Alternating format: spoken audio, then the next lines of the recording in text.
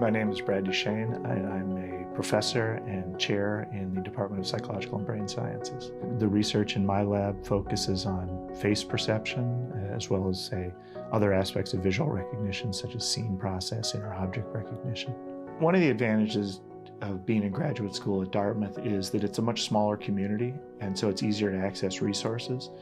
So in fact, we've got a scanner here in our basement, and we were the first Department of Psychology in the country to have a scanner right in our building. Our labs tend to be relatively small. I mean, they're not the sort of labs where you've got, say, 10, 15 trainees in them, and so it's not a struggle to get time with your supervisor. One of the biggest reasons why I chose PBS was research fit. I study vision, a little more specifically how we are able to perceive, attend to, or memorize different visual information. Vision is something that's often overlooked in our everyday life. It's something that happens automatically, but if you really think about it, it is almost impossible how our brain achieves such complex computations at every single moment of our life. What we do in this lab is we study different visual processes like visual working memory, visual attention, using a variety of research methods like behavioral experiments or neuroimaging techniques like EEG or fMRI. I would say one of the biggest advantages that we have is the resources.